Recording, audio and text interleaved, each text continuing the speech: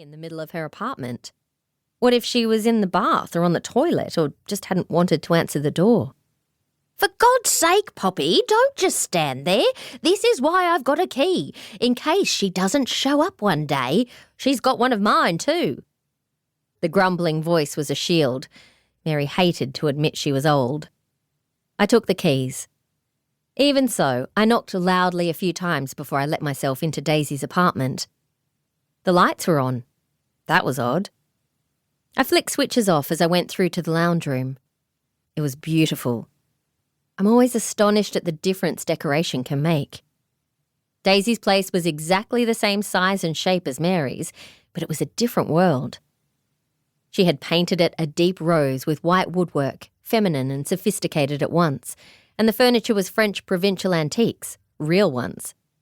I was ready to bet that the artwork was real too. Even the small Degas drawing over the sideboard and the dark green Tang horse on the desk. The only thing that seemed out of place was a cricket bat hung on a plate holder on the wall. I could make out some kind of signature on it. One of those collector's items? Her dead husband's, maybe? I checked instinctively to make sure my shoes were clean and wouldn't mark the pale cream carpet. Then I stood indecisive. I so didn't want to be there. I felt like an intruder, like a sneak thief, but if Daisy were in trouble, she was probably in the bedroom. The bedroom was Wedgwood blue and white and perfectly tidy. The bed had been made. There wasn't so much as a tissue out of place. Most household accidents happen in the bathroom and the kitchen. The bathroom was across the hall from the bedroom, just as it was in Mary's flat. I pushed the sliding door tentatively, but it stuck. There was something behind it. I pushed harder and craned my neck to see in. Oh, shit, a foot, wearing a pink and black slingback, the shoes Daisy had been wearing yesterday. Daisy? Daisy, can you hear me? Nothing. Oh, God, don't let her be dead. I crouched down and felt her ankle, cool, but not cold. There was a pulse spot in the ankle, wasn't there? Then I realised I had to stop wasting time. Her other foot was jamming the door, stopping it from sliding. I reached in as far as I could, put my hand under her foot and lifted it up. The door slid open. Oh, God, her head was covered in blood, the fine, fair hair matted and dark, but the blood was still oozing slowly onto the carpet. That was good, right? Blood flowing meant she wasn't dead. The thought seemed to set me free of paralysis.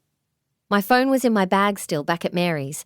I ran down the corridor to the phone I'd seen on the desk next to the Tang horse. I dialed 000, got connected to the ambulance and stammered out the details. They told me to take something back to Daisy and put pressure on the wound. Towels would be good. Okay. I took the phone with me. The nice ambulance lady talking soothingly to me. Grabbed a pale blue towel and pressed it gently onto Daisy's head. Could she breathe? Her face seemed pressed into the carpet. I rolled her carefully onto her side. Recovery position. I knew about that. I'd done a first aid course. With prompting from the lady on the phone, I started to remember what to do. Keep her warm, the phone said.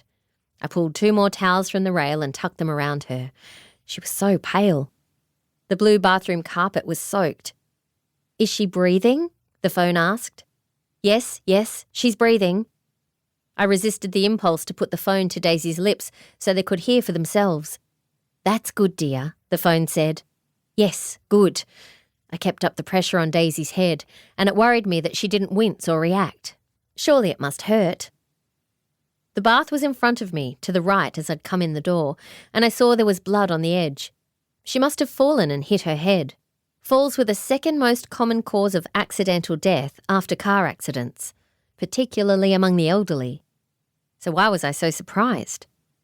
Daisy had seemed so sure on her feet, so graceful, poised, which just meant balanced after all, but accidents happen. The ambos buzzed, and I whipped to the door to let them in, then set a chair to keep the door open and rushed back to Daisy again. The blood was starting to come through the towel. I wasn't sure if I'd helped or made it bleed more freely.